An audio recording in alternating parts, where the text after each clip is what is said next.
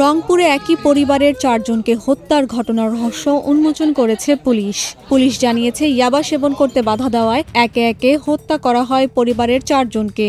জেলা স্কুলের সাবেক শিক্ষক গণপতি চক্রবর্তী, তার স্ত্রী ও 2 সন্তানকে হত্যার এই ঘটনা ভিন্ন খাতে নিতে ঘরের জিনিসপত্র ছড়িয়ে রেখে ডাকাতির নাটক সাজানোর চেষ্টা করা হয় বলে জানিয়েছে পুলিশ। 23 আগস্ট সংবাদ সম্মেলনে এসব তথ্য জানানো হয়। এ সময় সিদ্ধার্থ দাস ও মুগ্ধ দাস নামের 2 তরুণকে আটক করা হয়। তারা সম্পর্কে মামাতো ফুফাতো ভাই। এদিন ভোরে নগরের দক্ষিগঞ্জ শ্মশান এলাকা থেকে তাদের আটক করা হয়। তারা মাদক সেবন করতেছিল বা আড্ডা দিচ্ছিল, আড্ডার পরে মাদক সেবন করতেছিল। গণপতি স্যার এটা বাধা দেওয়ার কারণে সেই বখাটে যুবকরা পরিকল্পিতভাবে, এবং এরা সবাই একই এলাকার আত্মীয় স্বজন, তারা উনাকে খুন করে। তারা যারা খুনি, এই খুনি মুগ্ধ এবং সিদ্ধার্থ, এরা গণপতি স্যারকে স্যার বলতেন।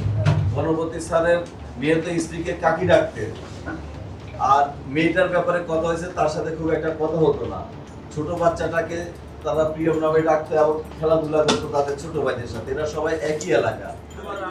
সংবাদ সম্মেলনে পুলিশ কমিশনার জানান, গত 20 আগস্ট রাতে রংপুর নগরের মাছুয়াপাড়ায় পাশের একটি ভবনের ওপর দিয়ে জেলা স্কুলের সাবেক শিক্ষক গণপতি চক্রবর্তীর নির্মাণাধীন 3 তলা বাড়ির 3য় তলার ছাদে ওঠেন মুগ্ধ ও সিদ্ধার্থ।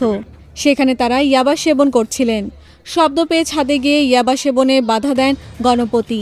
এ সময় 2 তরুণ গলায় গামছা পেঁচিয়ে তাকে হত্যা করেন।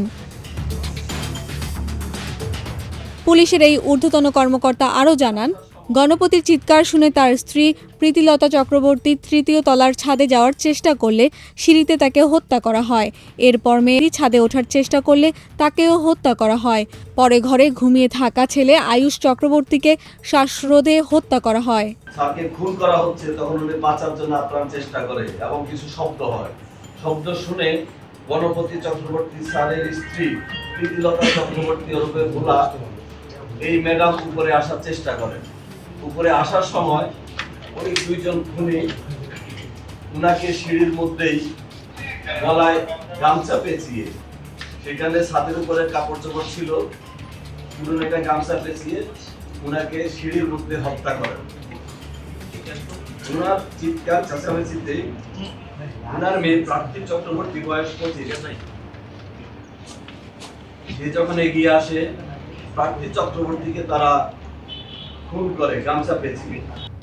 নিহতদের সঙ্গে আটক 2 তরুণের আগে থেকেই পরিচয় ছিল উল্লেখ করে পুলিশ কমিশনার বলেন, পরিচয় ফাঁস হয়ে যাওয়ার আশঙ্কায় মুগ্ধ ও সিদ্ধার্থ পরিবারের 4 সদস্যকে হত্যা করেন।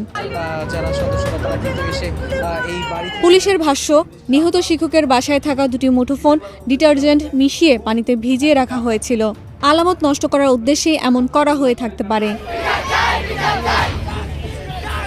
রংপুর কোতোয়ালি থানার ভারপ্রাপ্ত কর্মকর্তা AKM নাজমুল কাদের বলেন, এই ঘটনায় থানায় হত্যা মামলা দায়েরের প্রস্তুতি চলছে।